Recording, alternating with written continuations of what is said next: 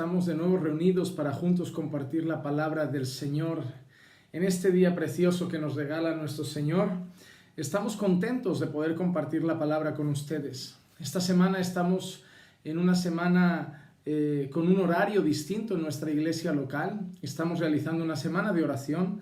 Las reuniones de la tarde no las estamos realizando, nuestro estudio bíblico de los martes y nuestra oración de los jueves no lo estamos realizando porque estamos yendo todas las mañanas de 6 a 7 de la mañana a orar juntos. Y gracias a Dios, un gran número de hermanos se están sumando a ese deseo de volver a acercarnos a esa comunión en la oración entre nosotros con el Señor y poder así tratar con nuestros corazones, avivar la fe que hay en nosotros y poder buscar con más intensidad al Señor todos los días.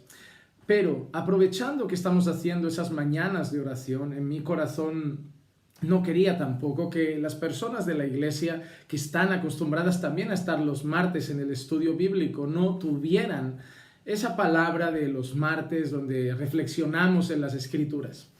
Así que he decidido aquí en casa mismo poder grabar este mensaje y poder dar este estudio a través de las redes para ponerlo a disposición de ustedes y que hoy también puedan estar compartiendo la palabra con nosotros. Había dicho desde hace tiempo que en esta serie de escatología, además de los temas que ya hemos ido tratando y que alguno nos queda por tratar, estaría también hablando un poco sobre el libro de Apocalipsis, reconociendo que puede ser uno de los libros que más me cuesta en cuanto a su interpretación. No me las daré de erudito, del que todo lo sabe y de que soy un profesional en estos campos. En los años de ministerio que llevo, estudio profundamente las Escrituras y reconozco que a lo largo de los años cada uno pues empieza a estudiar o es más afín con algunos libros y dedica más horas de estudio a algunos libros y conforme los va aprendiendo y asimilando pues va haciendo lo mismo con otros temas, ya sea las cartas paulinas o los libros históricos del Antiguo Testamento o los libros proféticos o los salmos. Todos son edificantes, pero el libro de Apocalipsis es un libro que ha requerido más estudio y es un libro que se ha hecho complejo a la hora de su interpretación, sobre todo porque a lo largo de la historia hay textos que han sido interpretados de diferentes maneras, porque hasta el día de hoy hay diferentes posturas escatológicas y eso provoca que nuestra manera de leer Apocalipsis sea distinta. Así que si yo no presento una parte o una forma de entender Apocalipsis igual a la de ustedes, yo pido dos cosas. En primer lugar, que abramos nuestra mente, porque es posible que lo que hemos heredado de la tradición de la iglesia en la que estamos no sea correcto. Yo no entiendo las cosas hoy como las entendía el primer día y es posible que la palabra hoy pues abra un poquito más el entendimiento de cada uno de nosotros. En segundo lugar, también hago un llamado siempre al respeto, a saber que el cómo comprendemos la escatología no nos salva. Es importante, es palabra de Dios, pero la salvación no depende de cómo comprendemos la escatología. El otro día estaba sentado con unos amigos y les dije, mira, ¿tú crees que el arrebatamiento de la iglesia es antes de la gran tribulación? Y tú crees que el arrebatamiento de la iglesia es en el momento de la segunda venida de Cristo. Lo que sí puedo dar testimonio es que los dos sois mis hermanos, los dos sois creyentes y pase lo que pase, pasaréis la eternidad juntos. Así que podemos tener ciertas diferencias en algunos puntos que la verdad son difíciles quizá de interpretar, pero hago un llamado al amor y al respeto en cuanto a esas diferencias y que no hagamos con estas diferencias un muro donde Jesús no lo ha hecho. Así que, como ya vimos hace tiempo una introducción al libro de Apocalipsis, dimos una pequeña introducción, hicimos como una vista panorámica de todas las cosas que aparecían en el libro de Apocalipsis. Hoy me quería centrar concretamente en el capítulo 1 y he querido titular esta enseñanza el Jesús de Apocalipsis o el Cristo del Apocalipsis. ¿Y por qué? Porque lo que a mí más de entrada me llama la atención del libro de Apocalipsis es cómo nos presenta a nuestro Señor Jesucristo. Hay muchas personas que lo único que ven de Jesús era alguien que fue perseguido por sus enseñanzas, seguido por muchos discípulos, pero también odiado por muchas personas. Alguien que fue golpeado, alguien al que escupieron en la cara, al que insultaron, sobre el que blasfemaron, sobre el que se dijeron atrocidades, al que persiguieron con furia hasta clavarlo en una cruz. Entonces hay muchas personas que lo único que ven de Jesús es eso. Sí, su gloriosa resurrección y su posterior ascensión. Sin embargo, casi toda la idea que tienen de Jesús en sus cabezas es alguien perseguido, odiado y al final incluso de su vida aquí en esta tierra, en su ministerio terrenal, prácticamente martirizado. Sin embargo, cuando nosotros leemos Apocalipsis, la visión de Jesús cambia radicalmente. Ya no tenemos al cordero simplemente enmudecido que es llevado al matadero, tenemos al león rugiente, tenemos al juez, tenemos al vencedor, al capitán de los ejércitos celestiales que no pierde una batalla, al Rey de Reyes y Señor de Señores, al glorioso ante el cual todos se postran, incluso el dragón, Satanás, la serpiente antigua, es destronado, es destrozado, es derrotado, destronado no porque Satanás nunca ha tenido un trono. Pero es así como vemos a Jesús en Apocalipsis y es de eso de lo que quiero hablar hoy. Así que lo que vamos a hacer es leer Apocalipsis capítulo 1 poquito a poco, vamos a ver texto a texto y vamos a ir viendo lo que podemos ver, lo que podemos contemplar, lo que podemos apreciar en relación a la persona de Jesús en el libro de Apocalipsis. Así que les pido que me acompañen en una oración breve, entreguemos este tiempo en las manos del Señor y vamos a profundizar un poquito en las palabras de Apocalipsis capítulo 1. Padre, te damos gracias por tu amor y por tu misericordia. Gracias por permitirnos estar, Señor, compartiendo tu palabra a través de estos medios, edificándonos, creciendo en la gracia y el conocimiento de nuestro Señor. Te pido, Señor, que a través de las palabras de este libro, a través de las palabras de Apocalipsis y concretamente del capítulo 1, nuestra fe sea fortalecida, que podamos ver a un Cristo glorioso y majestuoso, al que esperamos en esta gloriosa segunda venida, Señor, al que anhelamos ver y contemplar cara a cara y con el que estaremos una eternidad. Por eso, Padre, te pedimos, Señor, que nuestros ojos sean abiertos, nuestra mente sea abierta, nuestro corazón sea abierto a tu palabra y nos edifiques en este tiempo. Y te pedimos, Señor, todo esto en el nombre de Jesús. Amén, amén y amén. Vamos entonces, hermanos, a Apocalipsis capítulo 1. Apocalipsis capítulo 1 y dice así la palabra del Señor. He hecho diferentes divisiones en el texto, así que las vamos a hacer juntos también. Empezamos por la introducción, ¿ok? Vamos a ver versículos 1 al 3. Dice así: la revelación de Jesucristo que Dios le dio para mostrar a sus siervos las cosas que deben suceder pronto. Y la dio a conocer enviándola por medio de su ángel a su siervo Juan, el cual dio testimonio de la palabra de Dios y del testimonio de Jesucristo y de todo lo que vio. Bienaventurado el que lee y los que oyen las palabras de la profecía y guardan las cosas que están escritas en ella, porque el tiempo está cerca. Vamos a desglosar solo esta introducción de manera rápida. En primer lugar, la revelación de Jesucristo. Apocalipsis es un libro que en su traducción original, el nombre Apocalipsis, o como las Biblias, por ejemplo, inglesas tienen, ¿no? La King James, creo que es la que tengo yo aquí, traduce como revelation, ¿no? Revelación.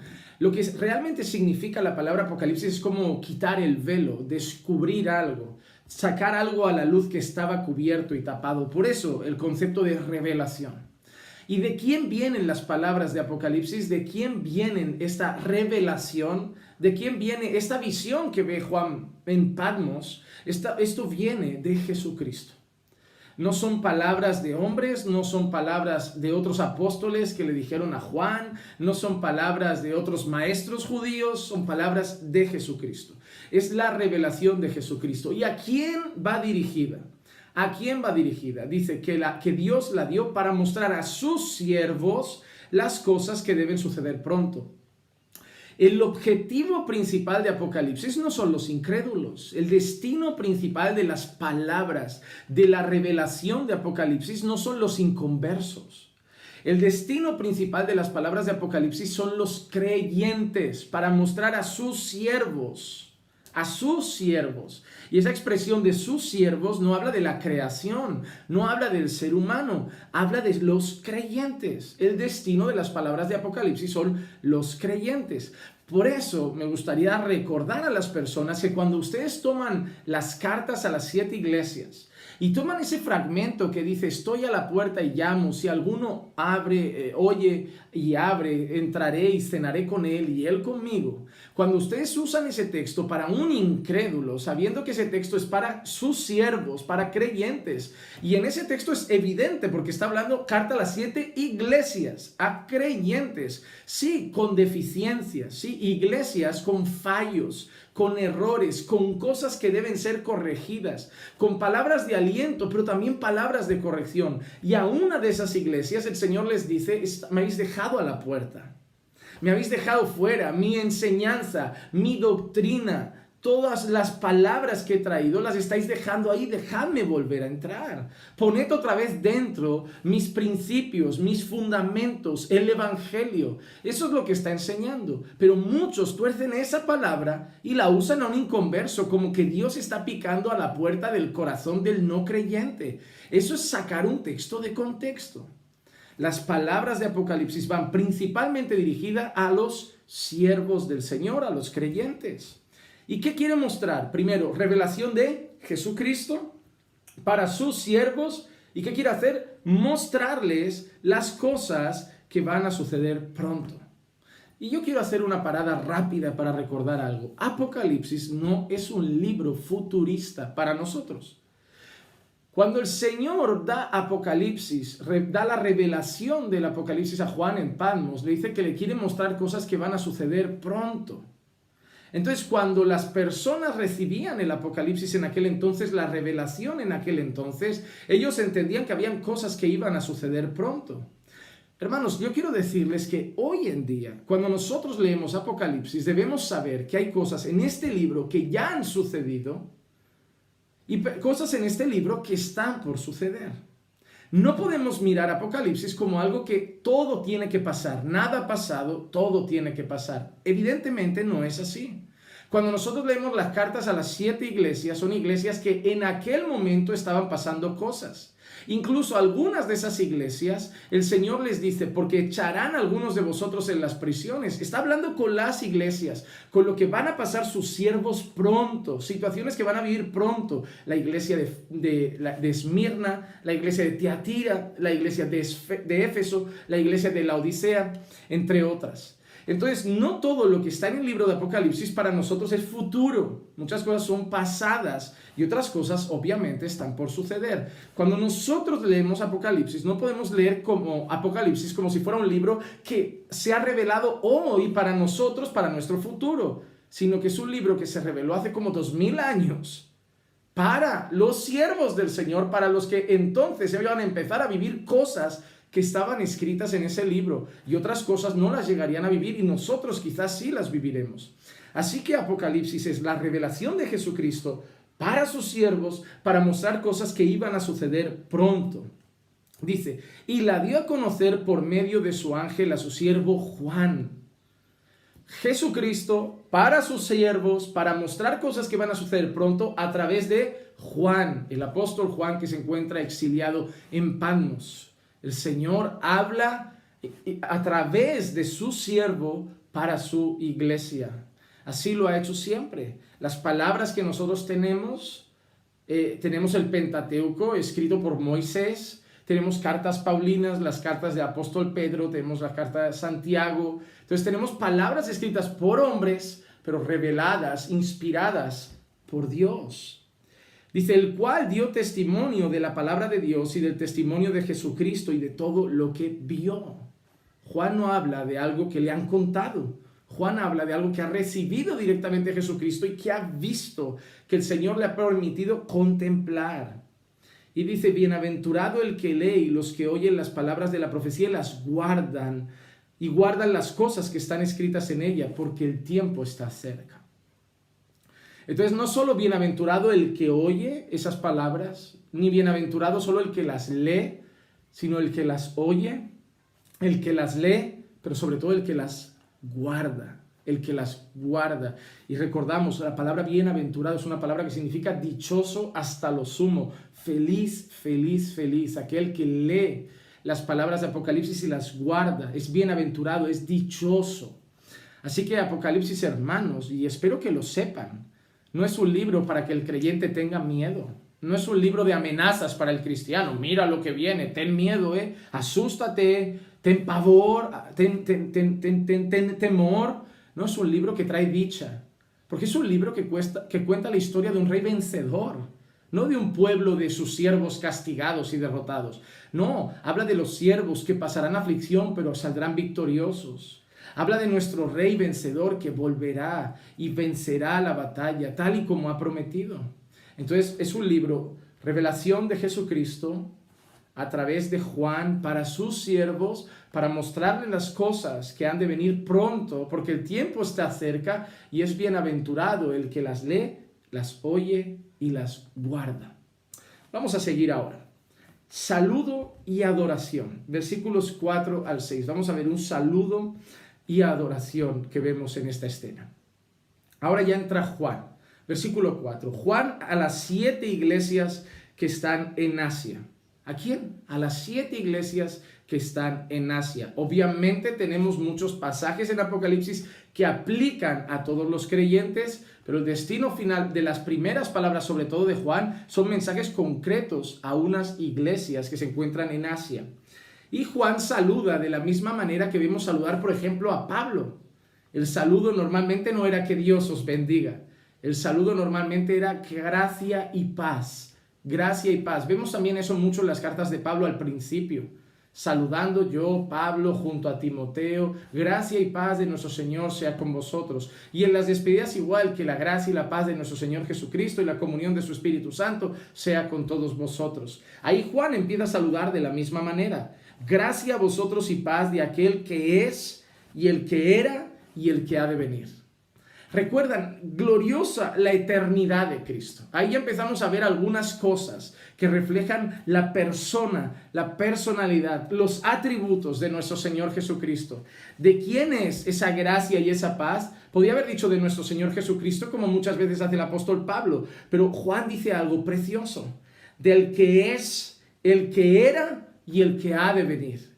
Y eso representa su eternidad, dejando claro que Jesús no es solo un mediador, no es solo el Cristo, no es solo el Mesías, no es solo un rabino, sino que es Señor, es Dios, el que es, el que era y el que ha de venir.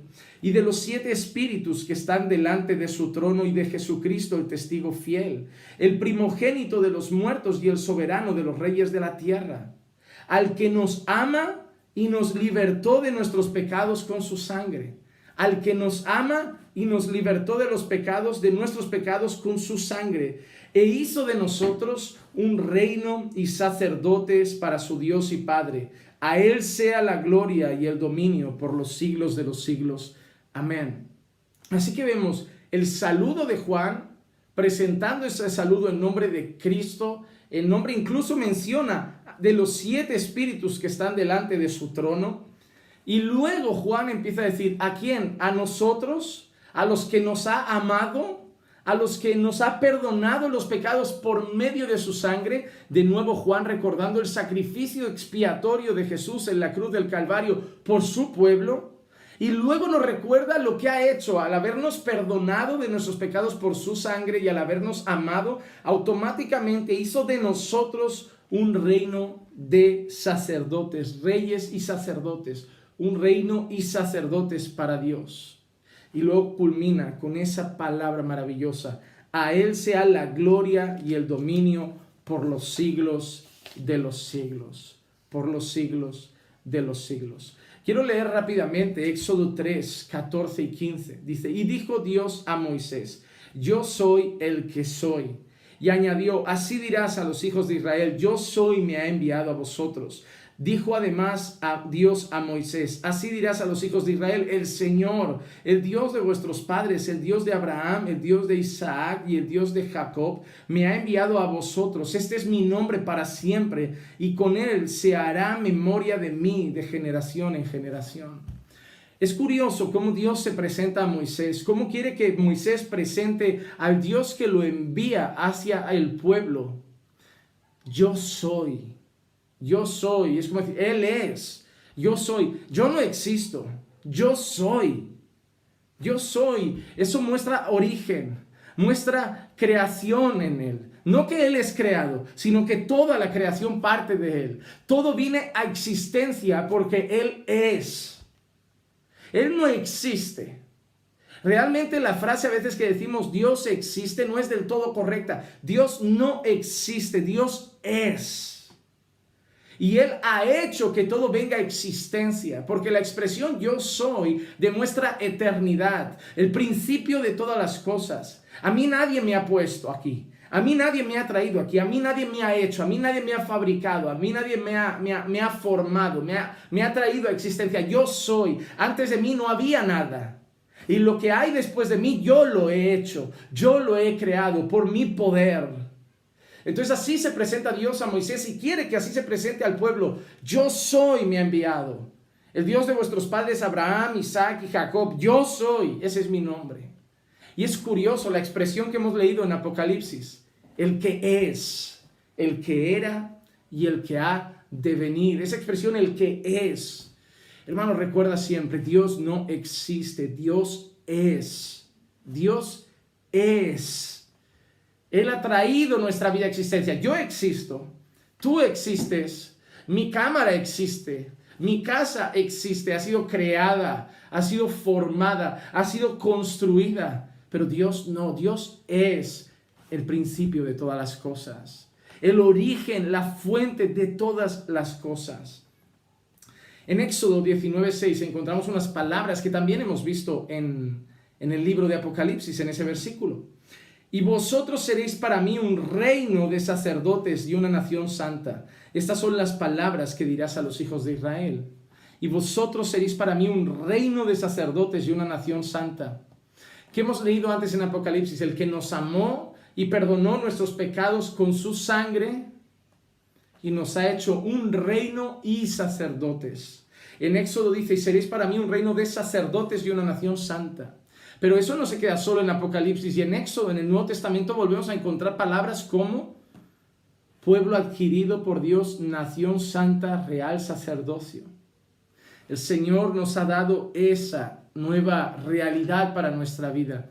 Somos un reino de sacerdotes que tenemos la posibilidad de mediar en este mundo a través de la predicación del Evangelio. Que podemos llevar a este mundo la palabra de Dios y gritamos a este mundo reconciliaos con Dios, con ese ministerio de la reconciliación, sabiendo que solo hay un mediador entre Dios y los hombres, pero nosotros somos un canal a través del cual Dios salva pecadores, llevándoles su palabra a través de la predicación del Evangelio. Ahora somos aquellos que proclaman su ley. Somos aquellos que proclaman sus mandamientos. Somos aquellos que dan a conocer sus atributos. Nos ha hecho un reino de sacerdotes y reinaremos con Él por toda la eternidad. Pero al final del texto que hemos leído en Apocalipsis dice, a Él sea la gloria y el dominio por los siglos de los siglos. Y eso es algo que volvemos a ver. Hemos visto ya un Dios eterno, un Jesús eterno, un Jesús que nos ama. Un Jesús que ha perdonado nuestros pecados y un Jesús que nos ha hecho un reino y sacerdotes. ¿Ves la imagen ya de Jesús que vamos teniendo? Pero ahora tenemos otra característica. Un Jesús que merece toda la gloria. Un Jesús que tiene la gloria y no solo la gloria, el dominio. El dominio. ¿Recuerdan las palabras de Jesús cuando entrega la gran comisión a sus discípulos? Toda potestad me es dada en el cielo y en la tierra. Esas palabras que representan toda autoridad me es dada. Yo tengo todo el dominio en el cielo y en la tierra. Y aquí Juan lo dice. A Él sea la gloria y el dominio por los siglos de los siglos. Ahora vemos a un Jesús que nos ama. A un Jesús que nos ha perdonado. A un Jesús que nos ha hecho un reino y sacerdotes. A un Jesús que es eterno. Es Dios. Y ahora nos enseña a un Jesús que es digno de ser glorificado. Un Jesús que merece toda la gloria. Y eso es algo importante, hermanos, a lo largo de la Escritura y sobre todo el libro de Apocalipsis. Cero gloria para la creación, toda la gloria para el Creador.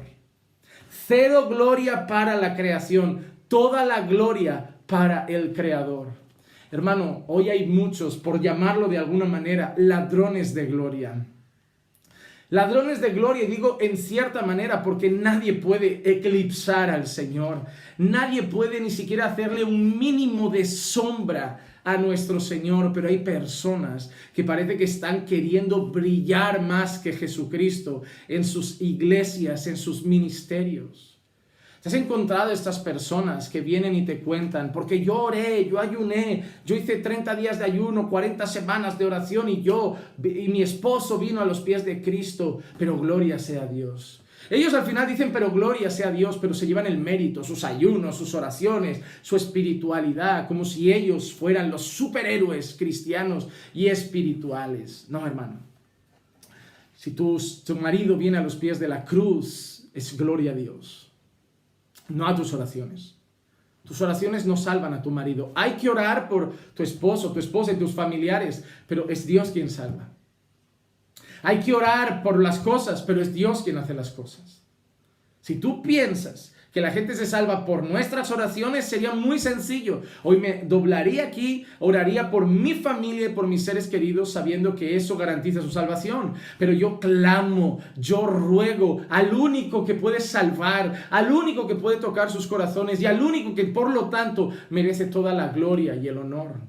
Cuando yo llegue a la presencia del Señor, cuando sea el día del juicio, cuando yo reciba mis galardones y esté allí toda la eternidad, yo no tendré un cartel en el pecho que dirá, yo he luchado, yo me he esforzado, yo me he santificado. No, gloria a Dios. Él me ha sostenido, Él me ha sustentado, Él me ha fortalecido, Él me ha santificado. Sí, yo soy responsable, yo he hecho mi parte, yo he buscado, pero en mi salvación toda la gloria es para el Señor.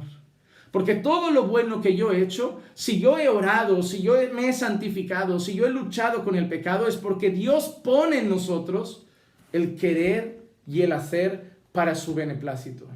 Dios es el que pone en nosotros el querer y el hacer para su beneplácito. La salvación no se trata de fuerza de voluntad. La salvación es del Señor. La salvación es del Señor. Y desde el principio hasta el final, este libro, Apocalipsis, atribuye toda la gloria a Dios. Hemos leído Apocalipsis 1:6. E hizo de nosotros un reino y sacerdotes para su Dios y Padre. A Él sea la gloria y el dominio por los siglos de los siglos. Amén. Vamos más adelante, Apocalipsis 4:8.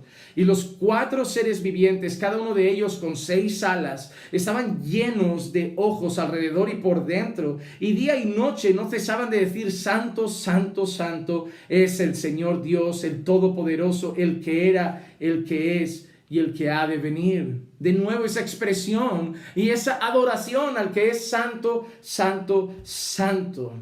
Lo vemos de nuevo, el Santo, Santo, Santo lo encontramos en Isaías. Esos seres celestiales, en esa visión gloriosa que tiene Isaías de Dios en su trono y esos seres celestiales diciendo Santo, Santo, Santo. Y como siempre diré, no es Santo, Santo, Santo porque sea 3 veces santo. Porque si pudieran seguir escribiendo, hasta hoy estarían Santo, Santo, Santo, Santo, Santo, Santo. Es santísimo. Lo que no hay como ponerlo. Entonces ponen santo, santo, santo. Es extremadamente santo y no tenemos palabras para describir la santidad del Señor. No hay palabras en el diccionario humano para poder describir con precisión cuán santo es nuestro Señor. El mismo libro de Apocalipsis capítulo 4 versículo 11, digno eres Señor y Dios nuestro de recibir la gloria y el honor y el poder, porque tú creaste todas las cosas y por tu voluntad existen y fueron creadas. Apocalipsis 5:9, y cantaban un cántico nuevo diciendo, digno eres tú de tomar el libro y de abrir los sellos, porque tú fuiste inmolado y con tu sangre compraste para Dios a gente de toda tribu, lengua, pueblo y nación. Apocalipsis 7:12. Amén. La bendición, la gloria, la sabiduría, la acción de gracias, el honor, el poder y la fortaleza sean a nuestro Dios por los siglos de los siglos. Hemos visto de momento, hermanos, recapitulo, un Jesús que nos ha amado. Un Jesús que ha perdonado nuestros pecados. Un Jesús que nos ha hecho un reino y sacerdotes. Un Jesús que tiene todo el poder y el dominio. Un Jesús que es el que era, el que es y el que ha de venir. Eterno, Dios. Y un Jesús digno de toda la gloria, el poder y la alabanza. ¿Qué te parece, hermano? ¿Qué te parece, hermana, el Jesús que nos muestra Apocalipsis? Qué bueno saber que es nuestro Señor, no el de otros, es nuestro Señor. Imagínate si podemos caminar confiados y no hemos acabado, vamos a seguir adelante.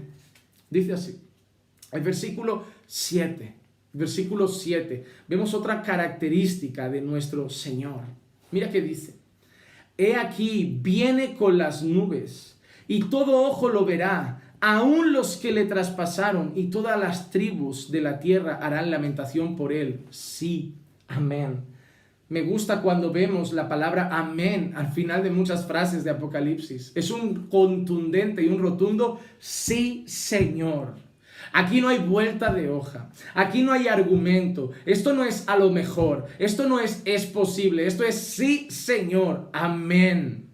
Y amén no se dice a las palabras de los hombres, amén no se dice al discurso del predicador, amén no se dice a las palabras del pastor cuando predica el domingo, a no ser que cite la Escritura. Pero cuando Dios habla a través de su palabra, el pueblo responde con un amén, amén, amén. Porque la palabra de Dios es eso, es amén a la palabra del Señor, es sí, Señor, tu palabra es infalible, tu palabra no falla. La palabra del predicador puede estar equivocada, la palabra del pastor puede no dar en el blanco, pero la palabra del Señor, sí, amén, sí, Señor, es infalible. Cada promesa, cada palabra, cada cita, cada texto, cada versículo, cada capítulo, sí, Señor, amén a tu palabra. Y ahora nos dice que este Jesús que está describiendo no solo nos ha amado, no solo nos ha perdonado por su sangre, no solo nos ha hecho un reino y sacerdotes, no solo tiene toda la autoridad y el dominio, no solo es eterno, no solo es Dios, no solo merece la gloria, sino que va a volver, va a volver, va a volver, hermanos, viene con las nubes y todo ojo lo verá. Cuando Apocalipsis empieza a hablar del regreso del Señor, evidentemente está hablando de la segunda venida de Jesucristo. La expresión viene con las nubes va unida a la siguiente expresión, todo ojo lo verá. Y hermanos, el otro día me sentaba con un amigo que ahí sí que patinaba rotundamente. Él decía, la frase primera, viene con las nubes, se refiere a cuando venga en el arrebatamiento pretribulacional. Y la expresión, todo ojo lo verá, se refiere a la segunda venida de Cristo, que ya será visible. Pero eso no tiene sentido porque es una frase unida, es un mismo sentido y contexto. Es, viene con las nubes y cuando venga con las nubes, todo ojo lo verá. Entonces está hablando de un mismo evento. ¿Y qué evento es en el que el Señor viene con las nubes y toda la tierra lo va a contemplar? La segunda venida de Cristo. La segunda venida de Cristo. Dice, aún los que le traspasaron y todas las tribus de la tierra harán lamentación por él. Sí, amén. Cuando la leemos, viene con las nubes, es una expresión que bíblicamente se refiere a viene de una forma gloriosa, viene de una forma majestuosa, completamente llamativa, completamente, casi diría extravagante, visible a los ojos de todos, gloriosos, que toda la tierra lo va a contemplar y se va a quedar anodadado en el momento que Él venga. Daniel capítulo 7, versículo 13. Y aprovecho para decir que una de las cosas que estoy preparando también para traer aquí a la iglesia y también al canal, a las redes, es las 70 semanas de Daniel. También cosas que son difíciles de interpretar y que a lo largo de la historia se han interpretado de formas distintas. Y me encantaría compartir también con ustedes la manera como consigo comprender y entender esas profecías. Pero vamos ahora a este versículo, Daniel 7:13. Seguí mirando en las visiones nocturnas y aquí con las nubes del cielo venía uno como hijo de hombre, que se dirigió al anciano de días y fue presentado ante él. De nuevo, la visión de Daniel también tiene una contemplación de Jesús viniendo en las nubes. Marcos 14:62. Jesús dijo, yo soy. ¿Qué dijo Jesús? Yo soy. No, yo existo, a mí me ha hecho Dios, a mí me ha fabricado Dios, a mí me ha creado el Padre. Yo soy. Y veréis al Hijo del Hombre sentado a la diestra del poder y viniendo con las nubes en el cielo. Casi siempre que hablaban los apóstoles, los discípulos de Jesús y el propio Señor Jesucristo se refería a una venida visible con las nubes en el cielo. Apocalipsis 14:14. Y miré y aquí una nube blanca, y sentado en la nube estaba uno semejante a hijo de hombre, que tenía en la cabeza una corona de oro y en la mano una hoz afilada. La expresión viene en las nubes, sentado en las nubes, subido en las nubes, montado en las nubes. Es una expresión de un Cristo que va a volver de manera gloriosa, gloriosa. Y hay algo que me gusta, me resulta curioso. Al final del versículo 7 que hemos leído dice, aún los que le traspasaron y todas las tribus de la tierra harán lamentación por él. Hermanos, cuando leemos Apocalipsis, para nosotros los creyentes es un día de fiesta, de regocijo, de alegría. Porque nosotros estamos viendo a nuestro Rey triunfante, que nos ha amado, que nos ha perdonado, que nos ha hecho reyes, sacerdotes, que tiene toda la autoridad, el poder y el dominio, que es eterno, volviendo de forma gloriosa, vencedora, portentosa. Pero hay otros que harán lamentación. Para nosotros será el mejor día. Como creo que esto lo citó Paul Washer en una de las predicaciones que vi un día. Dijo que la segunda venida de Cristo será el mejor día para unos y el día más terrible para otros. Y es cierto. Aquellos que no están en Cristo, el día del regreso de nuestro Señor va a ser un día tremendamente terrible. Harán lamentación por Él. Habrá angustia, habrá ira derramada sobre ellos y un juicio terrible. Sofonías 1:15. Día de ira aquel día. Día de ira aquel día. Día de congoja. Día de angustia. Día de destrucción. Día de desolación. Día de tinieblas. Día de lobreguez. Día nublado y día de densa oscuridad. Creo firmemente que hace expresión al día final. Pero mira las palabras: ira, congoja, angustia, destrucción, desolación, tinieblas, lobreguez, nublado, oscuridad. Nublado, oscuridad. Hermano, esas cosas son las que le esperan a aquellos que no están en Cristo. Como bien titulaba el sermón famoso de Jonathan Edwards, aquellos pecadores que caigan en las manos de un Dios airado. Es terrible. Quiero leer Zacarías capítulo 12, versículo 10 al 13. Zacarías capítulo 12, versículos 10 al 13. Y derramaré sobre la casa de David y sobre los habitantes de Jerusalén el espíritu de gracia y de súplica. Y me mirarán a mí, a quien han traspasado. Y se lamentarán por él, como quien se lamenta por un hijo único, y llorarán por él como se llora por un primogénito. Aquel día habrá gran lamentación en Jerusalén, como la lamentación de Hadad Rimón en la llanura de Megiddo. Y se lamentará la tierra, cada familia por su lado, la familia de la casa de David por su lado, sus mujeres por su lado, la familia de la casa de Natán por su lado y sus mujeres por su lado, la familia de la casa de Leví por su lado y sus mujeres por su lado, la familia de los Simeitas por su lado y sus mujeres por su lado. Un día en el que tras los que lo traspasaron, que a mi entender, cuando habla de que los que lo traspasaron lo verán, hace una clara referencia a las personas que han sido enemigas del Señor, rebeldes contra Cristo, que le han dado la espalda a Cristo, que le han dado la espalda al Evangelio, que lo han rechazado, que en cierta manera lo han traspasado, en cierta manera no han creído en Él, han renunciado a Él, han rechazado su mensaje, han rechazado su obra, han rechazado su persona, y aquel día harán lamentación por Él. Aquel día harán lamentación por Él. Juan 19:37, y también otra escritura dice, mirarán al que traspasaron. Mirarán al que traspasaron. Me cuesta creer, hermanos, que ese texto únicamente haga referencia a aquella persona, porque fue un soldado que traspasó su costado con una lanza. Un soldado solamente. Primero porque es un texto que habla en plural. Y que obviamente engloba a los enemigos del Señor. A los enemigos del Señor. Así que recapitulemos otra vez, hermanos. Un Dios, un Jesús que nos ama, un Jesús que ha perdonado nuestros pecados con su sangre, un Jesús que nos ha hecho un reino y sacerdotes, un Jesús que es eterno, el que era, el que es y el que ha de venir, un Jesús que es el yo soy, que es Dios, un Jesús que tiene todo dominio, poder y autoridad, un Jesús que es el único digno de toda la gloria y un Jesús que va a venir y volver de forma gloriosa por segunda vez. ¡Wow! Ese es nuestro Cristo, hermanos. ¿Creen que acaba aquí? Seguimos con Apocalipsis 1. Seguimos adelante. Versículo 8. La autodesignación de Cristo. Ahora Cristo hablando de sí mismo. ¿Cómo se presenta? Versículo 8. Yo soy el alfa y la omega, dice el Señor Dios, el que es y el que era, el que ha de venir, el todopoderoso. Yo soy el alfa y la omega.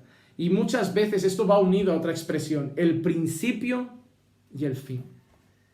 ¿Qué nos quiere decir el Señor con esto ahora? De nuevo, su eternidad y su deidad. Antes de mí no hay nada. ¿Qué hay antes del principio, hermanos? ¿Qué hay antes de lo primero? Lo que haya antes de lo primero es lo primero. Y si hay otra cosa antes, es lo primero. Y si hay algo antes del principio, eso es el principio. ¿Pero qué hay antes del principio? Nada. ¿Y qué hay después del final? Lo que hay después de lo último empieza a ser lo último. Y si hay algo después, es lo último. Pero después del final, ¿qué hay? Nada. ¿Qué está diciendo el Señor con esa expresión? Yo soy el alfa y la omega. Antes de mí no hay nada. Después de mí no hay nada. Todo es en mí. Y eso, hermanos, te lo paras a analizar por un instante y es maravilloso. Todo es en Él. Todo es en Él. Las Escrituras mismas dicen que Él sustenta todas las cosas por la palabra de su poder. Todo. Yo, hermanos, yo reconozco, yo admiro a mi Señor. Admiro a mi Señor. Mi Señor no es un Buda, una estatuilla de un señor gordo dorado que venden chinos, hindús y algunas personas. Mi Señor no es un gato de la suerte que mueve la patita así. Mi Señor no es cualquier líder religioso que hiciera un movimiento en su época. Mi Señor no es cualquier persona que formara una nueva secta y tuviera muchos adeptos. Mi Señor no es el mejor maestro de su época. Mi Señor no es el mejor rabino de Jerusalén en el siglo I. Mi Señor no es simplemente el Mesías enviado para ser un mártir por los pecadores. Mi Señor es el todo. Es el todo. Es el principio y es el fin. Antes de Él no hay nada y después de Él no hay nada. Todo lo que hay es en Él. Las estrellas en Él. El universo en Él. Los planetas en Él. Las constelaciones en Él. Las montañas en Él. Los mares en Él. Toda la fauna, animales de tierra en Él. Las aves en Él. Los peces en Él. Bestias marinas en Él. Las plantas en Él. Los árboles en Él. Los seres humanos en Él. Todo en Él. Después no hay nada, antes no hay nada. No había una estrella por ahí en el principio que ¡boom! Y se puso todo en orden y empezó a existir todo. Es Él, Señor. El Señor. No fue ¡boom! Fue ¡haya luz! ¡Haya luz! Fue el Señor. Es el principio y el fin. Antes de Él no hay nada, después de Él no hay nada. Y eso no es algo que simplemente aparece una vez. Apocalipsis 21, 6 al 8. También me dijo, hecho está, yo soy el alfa y la omega, el principio y el fin. Al que tiene sed, yo le daré gratuitamente de la fuente del agua de la vida. Al vencedor heredará estas cosas. Y yo seré su Dios y él será mi hijo. Pero los cobardes, incrédulos, abominables, asesinos, inmorales, hechiceros, idólatras y todos los mentirosos tendrán su herencia en el lago que arde con fuego y azufre, que es la muerte segunda. Apocalipsis 22, 13. Yo soy el alfa y la omega, el primero y el último, el principio y el fin. Hermanos, ese es nuestro Cristo. El que nos amó, el que nos perdonó de nuestros pecados por su sangre, nos ha hecho reino y sacerdote.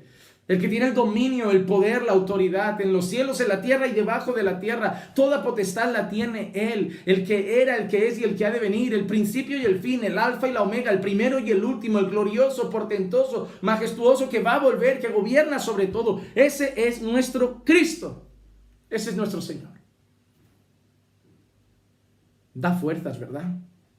Da esperanza, da aliento en los momentos malos que parece que se te viene el mundo encima. Recuerdas quién es tu Dios. Y a mí hay una frase de,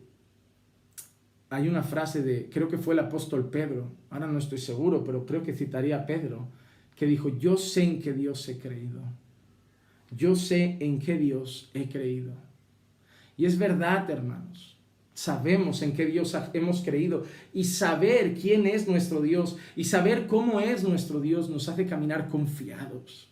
Sabiendo que Él tiene todo el poder, toda la autoridad, todo el dominio, nos hace caminar confiados. Confiados. Vamos al siguiente punto de nuestro estudio. ¿Cuál es la comisión que recibe Juan? ¿Cuál es la misión que recibe Juan? Vamos a ver versículos del 9 al 11. Así concluiremos todo el capítulo 1 de Apocalipsis. Iremos hasta el final hoy. Dice así: yo, Juan, vuestro hermano y compañero en la tribulación. ¿A quién está escribiendo Juan? A los siervos. ¿Sí? Ok. ¿Desde dónde está escribiendo Juan? Desde Patmos. ¿Creen que Juan era el único exiliado por causa de la fe? ¿Creen que Juan era el único exiliado por causa de Cristo? Había mucha persecución. ¿Y a quién está escribiendo Juan? A los que van a recibir la carta en ese momento. La revelación, a los siervos del Señor, a los que llama hermanos y compañeros en la tribulación. En la tribulación. En aquel entonces ya muchos eran decapitados, quemados vivos, asesinados, exiliados. Tú dile a esas personas que iban a llegar tiempos peores todavía. Y ellos te mirarían como diciendo, peores. Vivimos en un gueto. No tenemos trabajo, nadie nos contrata, no podemos comerciar, tenemos que hacer todo a escondidas, nuestra familia nos desprecia, si nos descubren nos matan, nos meten en prisión, nos torturan, nos degollan, nos exilian, tiempos peores. Para vosotros igual pueden ser peores, pero para nosotros ya estamos en una gran tribulación. Hermanos, el tema de la tribulación sí que creo que se va a intensificar en todas las regiones del planeta, obviamente. Obviamente esa tribulación va a acabar alcanzando todas las regiones del planeta, va a ir siendo progresivamente creciente y lo estamos viendo. Yo hablo, por ejemplo, en España yo creo que no tardará mucho, que a los pastores los van a empezar a censurar, les van a empezar a prohibir hablar de según qué temas y pecado. No podremos tocar según qué asuntos como sexualidad, nada que ofenda al movimiento LGTB, QI, HY, K, Z, no sé cuántas letras tienen ya, porque según, no sé si es la ONU, ¿no? Que tienen 120 identidades diferentes. Yo nací cabra, pero me siento oveja, pero quiero a los elefantes. Va más o menos así la cosa. Pero nadie podrá decir nada, porque este mensaje incita al odio. Facebook censura su página. Estamos cansados de ver eso. Oh, y espérate, no, dentro de nada vamos a tener que aceptar el MAP. Y nos va a llegar un señor de 48 años, 50 años de la mano de una niña de 12. Y nos va a decir, no, es mi novia. ¿Cómo? Sí, me voy a casar con ella. ¿Y qué hace? No, y relaciones. Ah, ¿cómo? Sí, hombre, tenéis que tener la mente abierta. Si un hombre se puede enamorar de un hombre, una mujer de una mujer, un perro de una cabra, un delfín de un elefante, ¿por qué un adulto no de un niño y un niño no de un viejecito? Porque hay que amar. Lo importante es el amor. Y no se pueden poner barreras. Nos van a empezar a censurar. Nos van a empezar a multar. Nos van a empezar a prohibir esas cosas. Ya cada vez las normas para abrir un centro de culto son más difíciles. Después nos llamarán y nos dirán, tenéis que casar a estas personas, ya, pero yo solo hago matrimonios entre hombre y mujer, no me importa. Si queréis estar legalmente aquí, tenéis la obligación de hacerlo como cualquier otra iglesia, y si te niegas, pues habrá multa, te acusarán y te llevarán a juicio por discriminación, o como dice YouTube, incitar al odio. Sí, yo creo que esas cosas llegan, y ese será el primer paso. Porque estos movimientos también feministas, LGTBQI, estas cosas, cada vez son más violentos. Son más violentos. Y llegará un día que uno saldrá por la calle y dirá su opinión, le escupirán, le pegarán. Un creyente dirá algo, le pegarán, le escupirán, y eso irá creciendo, irá creciendo, irá creciendo. Y lo que vemos hoy en la India y lo que vemos hoy en China o en Corea, esas prohibiciones, esas persecuciones llegarán a Europa. Poco a poco. No sé si lo llegaré a vivir, pero que llegarán. Tendremos dos opciones.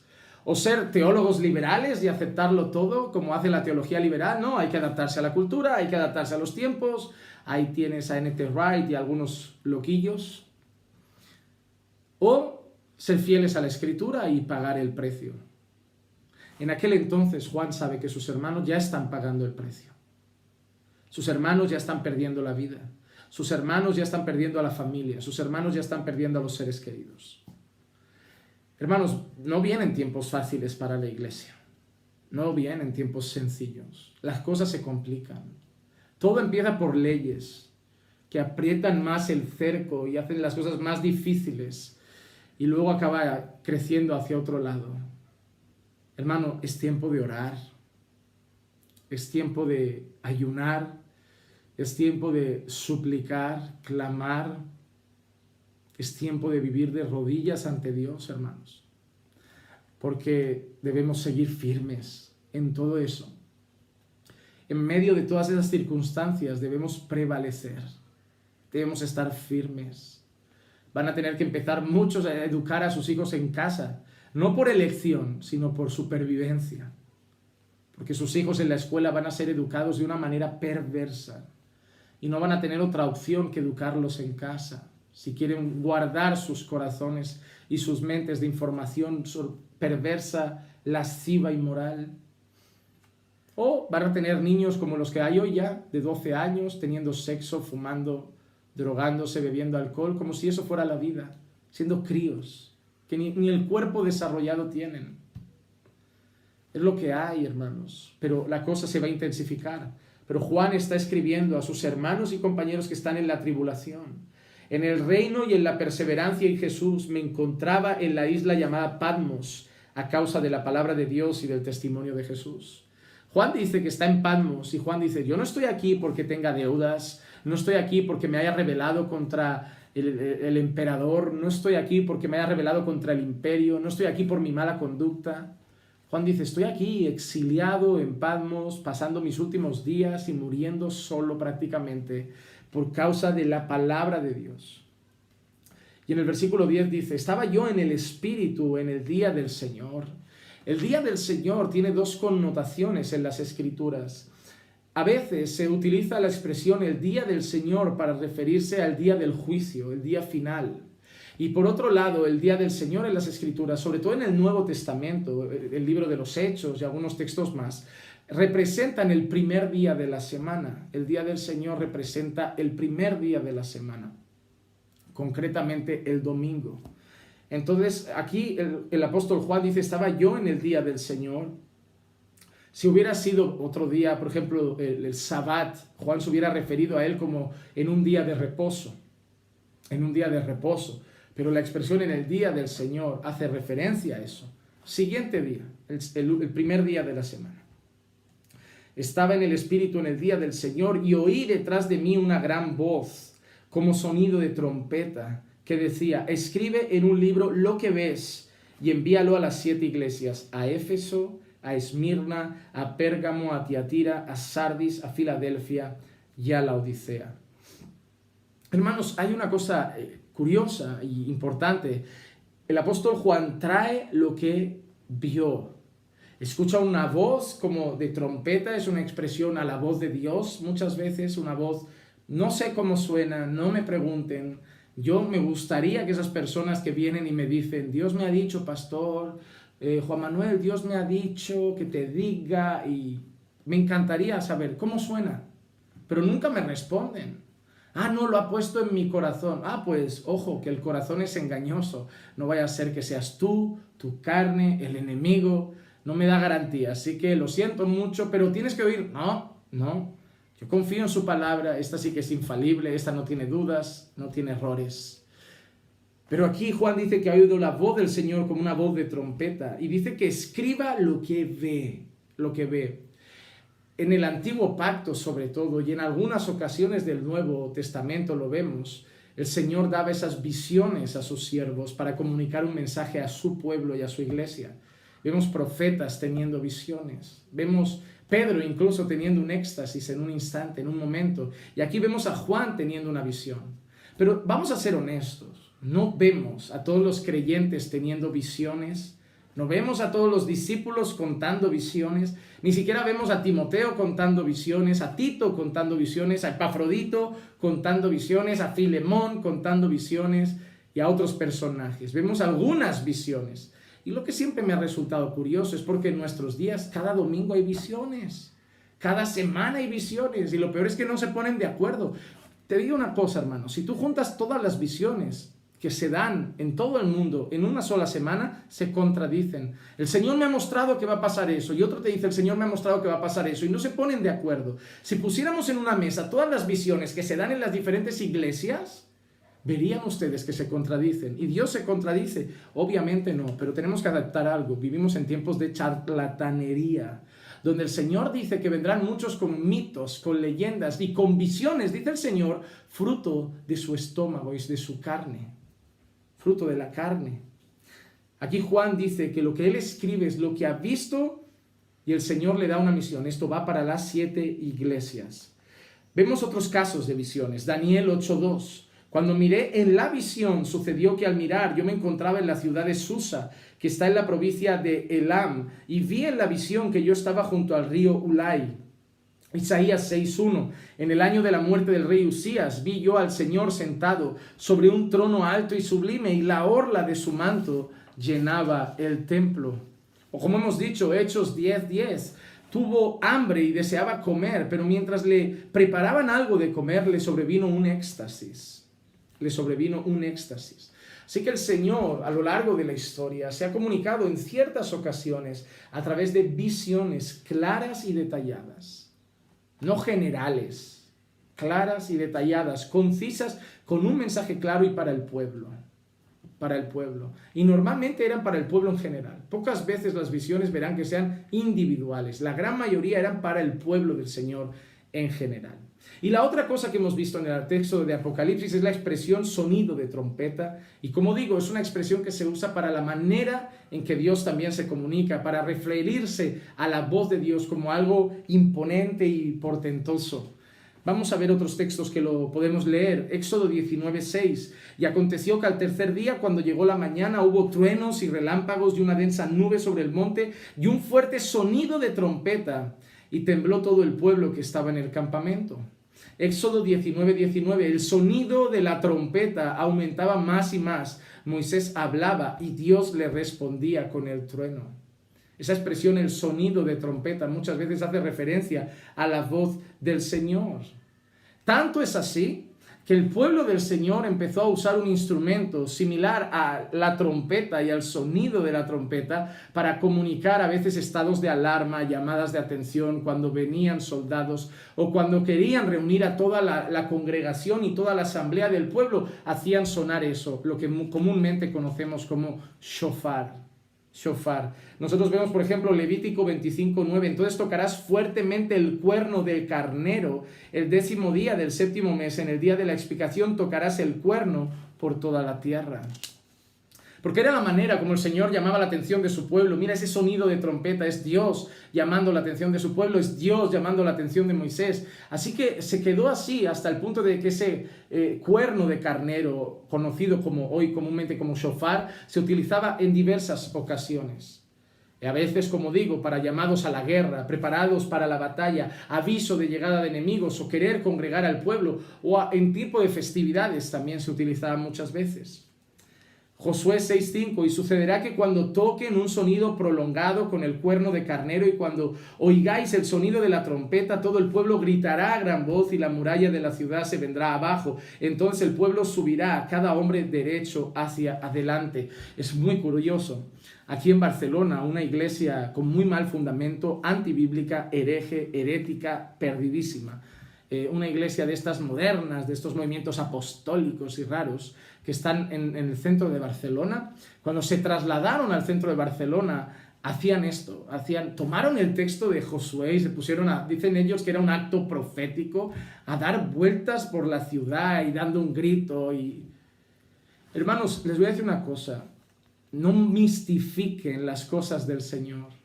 Que el Señor le dijera a Josué, haz esto y caerán los muros, no significa que si tú das 7 vueltas a tu casa y das un grito y tocas un shofar, se cae todo espíritu de rebeldía de tus hijos. Eso no es así, eso son cuentos de viejas. Como decimos aquí en España, eso es charlatanería. Eso es cosa de charlatanes, de habladores, de mentirosos, de lobos rapaces que no tienen conocimiento bíblico, que parecen más hechiceros, brujos, macumberos, que parecen otra cosa, pero no predicadores del Evangelio. Y que toman la Escritura para decir, mira, así como Josué dio unas vueltas, hazlo tú. Así como Moisés dio un golpe al mar rojo y se abrieron los mares, ves tú a la bañera y dale un golpe al agua y tal. Así como... Échale aceite a la almohada de la cama de tu marido para que tu marido recoste la cabeza y te sea fiel. Échale aceite. ¿Qué? No, voy a ir a tu casa. Echa aceite a las paredes para que sea ungida. ¿Qué hacéis? ¿De dónde sacáis estas cosas? Hoy hay gente ungiendo coches. Hoy hay gente ungiendo bares, negocios. ¿Tú quieres que te vaya bien en tu casa? Vive la palabra. ¿Tú quieres que te vaya bien en tus negocios? Sé honesto, sé fiel, sé leal, sé íntegro, no trates mal a los clientes, cuida de tus trabajadores, págales en el día, págales lo que es justo, cobra un precio justo, esfuérzate y no dejes de buscar al Señor. Y posiblemente te pueda ir bien en los negocios si también eres un buen administrador. Pero no le eches aceite a la oficina pensando que llegan más clientes. No le eches aceite a la cama pensando que dormirás mejor. Eso es misticismo. Eso es misticismo. Y hoy hay gente que en las iglesias evangélicas se llevan un shofar y tocan el cuerno. No sé pensando qué va a pasar. Miren, hay gente... A mí el día que un hermano me dijo, es que el shofar es más espiritual que la guitarra. Mira, hacen ruido. Hacen ruido. ¿Saben el instrumento primordial de toda alabanza? A mí cuando alguien me pregunta, pastor, ¿cuál es el instrumento más importante? Mira, a mí el tema de los instrumentos yo lo dejo a la libertad de cada uno. Creo que los instrumentos no deben priorizarse, no deben ser la prioridad, no deben ser lo más llamativo. Cuando vas a esas iglesias que suena la batería súper escandalosa, guitarra súper escandalosa, hasta cuando hay un solo de guitarra, solo de batería, eso ya son conciertos, eso ya no es alabanza. Pero si se usan de manera moderada, prudencial, y se tiene en cuenta que el instrumento principal en la alabanza es la voz de la iglesia, no hay ningún problema en tener guitarra, en tener batería, en tener un teclado. Pero recuerden que no es para hacer un solo de guitarra, un solo de batería, un solo de teclado, para que destaque el bajista. Todo eso es para que suene el verdadero instrumento de la alabanza, la voz de los creyentes. Todo lo que gira en torno a la alabanza tiene que ser para que se alce la voz de los creyentes. ¿O tú crees que al Señor le sube el sonido de la guitarrita?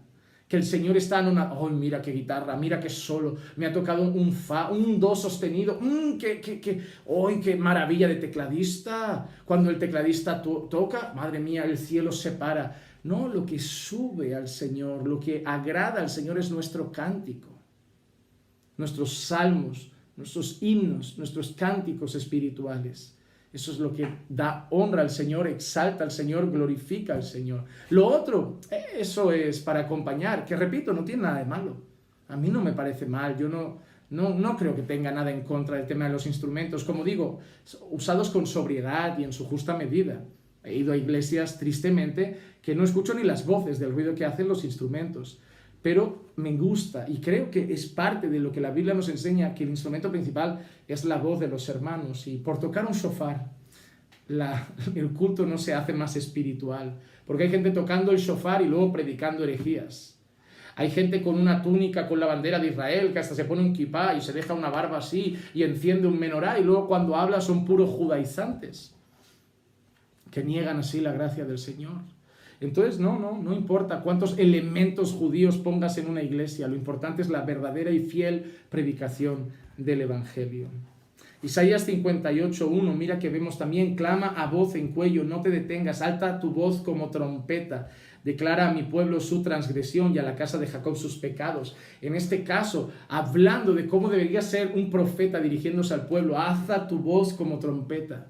Que te escuchen, que presten atención, que cuando hables la gente se gire como, ahí va a hablar las palabras del Señor. Las palabras del Señor.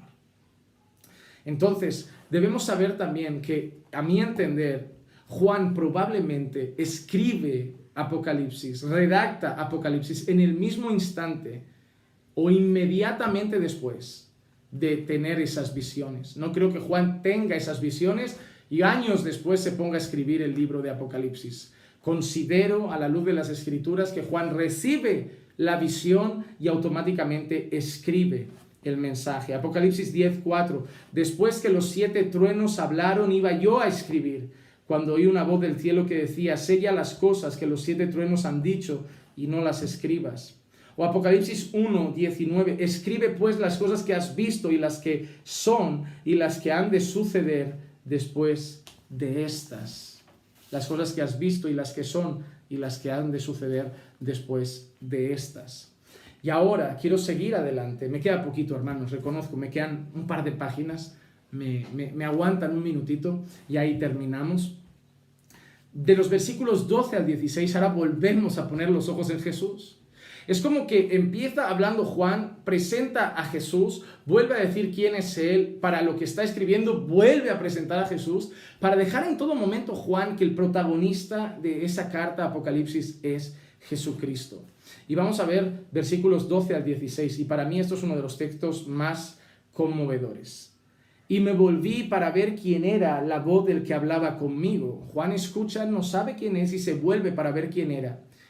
Y mira la descripción. Y al volverme vi 7 candelabros de oro y en medio de los candelabros vi a uno semejante al Hijo del Hombre. Y esa es una expresión utilizada para Jesús. Y ahora mira cómo describe a nuestro Señor, del que ya hemos visto muchas cosas. Mira que sigue diciendo de Él. Vestido con una túnica que le llegaba hasta los pies y ceñido por el pecho con un cinto de oro. Ya no está semidesnudo en la cruz golpeado. Ahora tiene una túnica que le llega a los pies y en su pecho ceñido un cinto de oro. Su cabeza y sus cabellos blancos como la blanca lana, como la nieve. Sus ojos como llama de fuego. Sus pies semejantes al bronce bruñido, que es un elemento que hace referencia normalmente a la fuerza. A la fuerza. Cuando se le ha hecho refulgir en el horno, y su voz como el ruido de muchas aguas. En su mano derecha tenía 7 estrellas, y de su boca salía una aguda espada de 2 filos, la palabra. Su rostro era como el sol cuando brilla con toda su fuerza. Como el sol cuando brilla con toda su fuerza. ¿Alguna vez han mirado al sol de cara? ¿Les ha pasado? Aquí hay días que hasta se puede contemplar un poquito. Hoy, por ejemplo, está nublado un poco, pues se puede contemplar. Pero esos días de sol intenso, que uno está, alguna vez le ha pasado, está hablando con alguien y el sol le da de cara y está así hablando como con los ojillos cerrados, como, ay, no puedo. O no sé, les pasa también que cuando lo miran profundamente estornudamos. Eso nunca entendí por qué sucede, pero a veces pasa. Pero no podemos sostener la mirada al sol, es tan intenso, es tan, diría abrasador, pero más que el calor es su brillo, esa luz que está a kilómetros y miles de kilómetros a distancia, años luz de nosotros. Y lo vemos y es tan intenso que no podemos sostenerle la mirada. Pues así dice Juan, que era su rostro, como el sol cuando brilla con toda su fuerza. La expresión de sus ojos como llama de fuego. Miren Apocalipsis 2:18, escribe el ángel, al ángel de la iglesia en Tiatira, el Hijo de Dios, que tiene ojos como llama de fuego y cuyos pies son semejantes al bronce bruñido, dice esto. Una expresión como la que ya ha utilizado. ¿Qué descripción? Una túnica que le llega a los pies como el bronce bruñido en su máxima fuerza, el cinto de oro en su pecho, sus cabellos blancos como la lana, como la nieve, ojos como de fuego, la espada de 2 filos que sale de su boca, que es su palabra, y gobernando los 7 candelabros, las 7 estrellas. Él tiene todo en su poder. Él gobierna eso, gobierna su iglesia, gobierna su creación, gobierna su pueblo. Ese es nuestro Cristo. ¿Y qué efecto tiene eso en Juan? Versículos 17 al 20. Cuando le vi, caí como muerto a sus pies. Cuando le vi, caí como muerto a sus pies. ¿Recuerdan cuando el Señor le dice a Moisés, Moisés, si ves mi gloria, mueres? Nadie puede ver mi gloria y vivir. Nadie puede. El Señor estaba mostrando una cierta parte de esa naturaleza gloriosa y Juan ya cae como muerto a sus pies. Y él puso su mano derecha sobre mí diciendo, no temas, yo soy el primero y el último, el que vive, y estuve muerto, y aquí estoy vivo por los siglos de los siglos, y tengo las llaves de la muerte y del Hades. Escribe pues las cosas que has visto y las que son y las que han de suceder después de estas. En cuanto al misterio de las 7 estrellas que viste en mi mano derecha y de los 7 candelabros de oro, y ahí ahora nos da un dato, las 7 estrellas son los ángeles de las 7 iglesias, los ancianos. Y los 7 candelabros son las 7 iglesias. Así que no hay otra interpretación posible. Y esas son las palabras que el Señor nos deja hasta el versículo 20. Génesis 17:3 dice esto, y quiero reforzar el final con unos versículos. Dice, entonces Abraham se postró sobre su rostro y Dios habló con él diciendo. Éxodo 3:6, y añadió, yo soy el Dios de tu padre, el Dios de Abraham, el Dios de Isaac y el Dios de Jacob. Entonces Moisés cubrió su rostro porque tenía temor de mirar a Dios. Josué 5:14, y él le respondió, no, más bien yo vengo ahora como capitán del ejército del Señor. Y Josué se postró en tierra, le hizo reverencia y dijo, ¿qué dice mi Señor a su siervo? O Isaías 6:5, entonces dije, ay de mí, porque perdido estoy, porque soy hombre de labios inmundos, y en medio de un pueblo de labios inmundos habito, porque han visto mis ojos al Rey, el Señor de los ejércitos, al Rey, el Señor de los ejércitos. Y hermanos, esa es la actitud que debemos tener ante nuestro Señor. No es miedo, no es miedo, pero cuando nosotros tenemos al Jesús que acabamos de describir delante, el que nos ha amado, ha perdonado nuestros pecados, el que nos ha hecho reino y sacerdotes, el que tiene todo el dominio, el poder y la autoridad, el que gobierna todas las cosas, el que es Dios, el eterno, el principio y el fin, el alfa y la omega, el primero y el último, el que era, el que es, el que ha de venir, el que antes de él no hay nada y después de él no hay nada, el que es glorioso, digno de toda la gloria, el poder, la alabanza y el honor. El que tiene cabellos blancos como la lana, como la nieve, que el que lleva la túnica, el que los pies como bronce bruñido. Eso es ilustrativo, recuerden, no es algo literal. Cuando lleguemos allí no veremos los pies de Jesús de bronce. Entonces son ilustraciones que hablan de él, el que de su boca sale una espada de 2 filos, que es su palabra, el que tiene los 7 candelabros, el que tiene las 7 estrellas que representan la iglesia y los ángeles de la iglesia que representan a los ancianos. El que gobierna su iglesia, el que gobierna la creación, el que delante de él toda rodilla se doblará y toda lengua confesará que él es el Señor.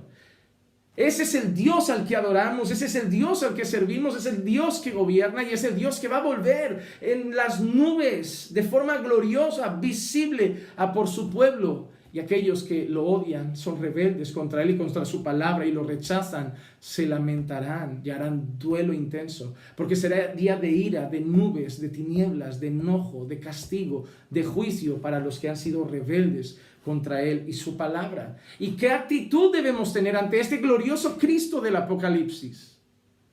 Humillarnos ante él. Cayeron postrados. Isaías cae postrado con temor. Moisés cubre su rostro con temor. Abraham cae postrado. Josué cae postrado. Juan cae postrado. Y esa es la actitud de nuestro corazón. Porque a veces estamos de rodillas, pero con el corazón levantado. Pero sobre todo hay que tener el corazón postrado ante el Señor, sabiendo quién es, no un mártir en una cruz al que los romanos machacaron, el glorioso y eterno Dios, creador de todas las cosas. Y hermanos, también creo que al final de las palabras de este capítulo 1 de Apocalipsis nos recuerda quiénes somos nosotros. ¿Quiénes somos nosotros? Ha dicho que nosotros somos candelabros. ¿Y un candelabro qué hace? Ilumina.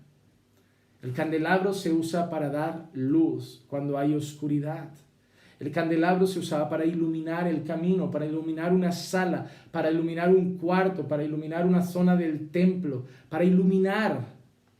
Mateo 5:14, vosotros sois la luz del mundo. Una ciudad situada sobre un monte no se puede ocultar. no se puede ocultar. Nuestro Cristo es la luz del mundo y nosotros ahora tenemos la comisión de ser la luz del mundo, transmitiendo la luz de Cristo a través de nosotros.